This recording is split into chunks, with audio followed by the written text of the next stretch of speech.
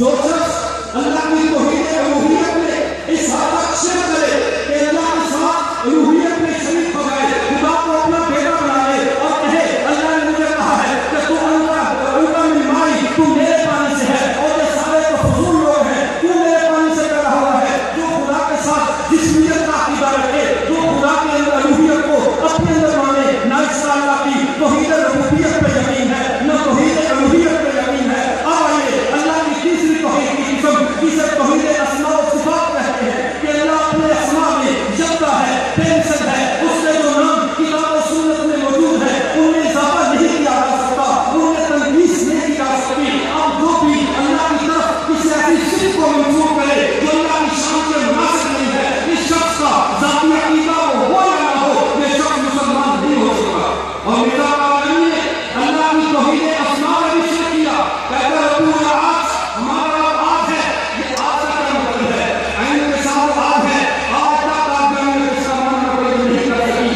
اللہ کے ناموں کے اندر ایسے نام کا اضافہ کرنا جو خدا کی ذات کے مناسب نہیں ہے، خدا کے لیے ایک نئے نام کا اضافہ، اس لیے مرزا قادیانی نے اللہ کی توحید اسماء میں شرک کیا ہے. چوتھا اس کا شرک جو اللہ کی صفات میں شرک کیا ہے، توحید صفات میں اللہ کی ذات صفات سے پاک ہے، اللہ کسی سے شرمندہ نہیں ہوگا، اللہ کسی کا محتاج نہیں ہے. مرزا محمد قادیانی کہتا ہے میں نے اللہ سے دفاع کہا، اے اللہ اپنے الہام میں کبھی میرا نام تو لے لو، میرا نام دل کا الہام کر دو. اللہ کہتا ہے اللہ کو میرا نام لینے سے شرمسار کی ہو گئی، اللہ شرمسار ہو کر اللہ نے میرا نام نہیں لکھا. جو اللہ کو شرمسار ہے پھر کہتا ہے خدا حق میں جو قوم وہی زندہ رہے گی جن کا نبی بھی نہ ہو، جن کا قرآن بھی نہ ہو، جن کا خدا بھی نہ ہو. ہمارا قرآن نبی بھی نہ ہے، تمہارا خدا بھی نہ ہے. جو خدا کو یہ ہے اللہ کا الہ کا مالک ہے لیکن وہ چور کی طرح پسند آتا ہے. مجھے یہ بتاؤ جو خدا کو شرمسار ہے، خدا کو نیا خدا ہے، محل حوادث قرار دے اور خدا کا دعویٰ یہ ہے کہ خدا چور کی طرح آتا ہے، جواب اس کا اللہ کی توحید صفات کا ایمان تھا.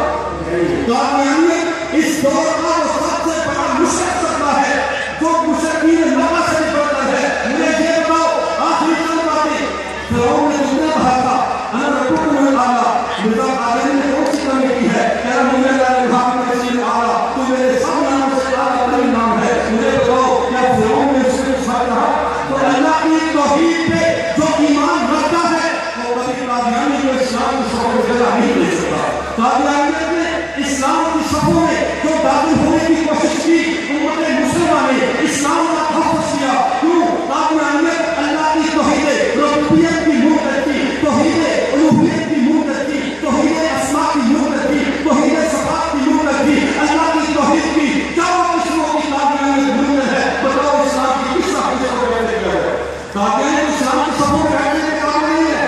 اور یاد رکھو آخری بات اس نے تاریخی حوالے سے آخری بات کر دوں، یہ قادیانیت یہ محسومی تحریک ہے، فری محسن تحریک ہے. اس دور میں جو مرزا قادیانی کا دور تھا، امت مسلمہ کو انگریز نے ان کو تقسیم کرنے کے لیے ہر ملک میں اپنا جاسوس چھوڑا ہوا تھا. مصر کے اندر مفتی ابراہیم مصری کو دیکھ لیجیے، وہ فری محسن ایجنٹ تھا. افغانستان میں سید جمال الدین افغانی یہ فری محسن الہادی ایجنٹ تھا ایران کے اندر. اور جو سید محمد بہا جو بھارت کی دنیا میں رہا تھا یہ بھی فری محسن ایجنٹ تھا. اسی طرح عرب کے اندر جو فری محسن ایجنٹ نام سے عرب کے نام پہ کام کر رہا تھا، اسی طرح جو ترکی کے اندر کمال پتر یہ باضابطہ فری محسن ایجنٹ تھا. ہندوستان کے اندر اس دور کا فری محسن ایجنٹ مرزا غلام محمد قادیانی تھا جس نے سب سے پہلے اللہ کی توحید پہ کام کرا. اس لیے میں عرض کر رہا ہوں قادیانی کا شرک ہی اتنا بڑا تھا، اتنا بڑا کہ مشرک تھا.